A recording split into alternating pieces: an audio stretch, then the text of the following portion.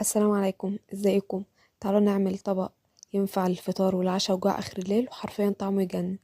اول حاجه زي ما انتم شايفين كده، قطعت طماطم وفلفل اخضر او فلفل الوان مكعبات صغيره، ومعايا كمان بيضتين.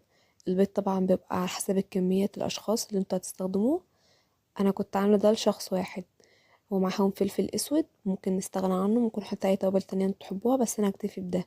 في طاسه على النار هنزل بقطعه من الزبده كده، وابدا اول ما تسيح هنزل عليها بالفلفل، وهسيب الفلفل يتبل لمده دقيقتين كده. دقيقتين بس، مش عايزاه يتبل قوي. وبعد ما يدبل كده بننزل عليهم بالطماطم بعد دقيقتين، وهما بيتبلوا بنزل عليهم بملح الكمون، وده اختياري، بس انا بحبهم، ده بيزود النكهه وكده يعني. بعد ما يتبلوا خالص بقى بننزل عليهم بالبيض، وبنغطي عليهم كده ونسيبهم 5 دقايق يستووا. وبالهنا على قلبكم. لو عجبكم الفيديو متنسوش تعملوا لايك. مع السلامه.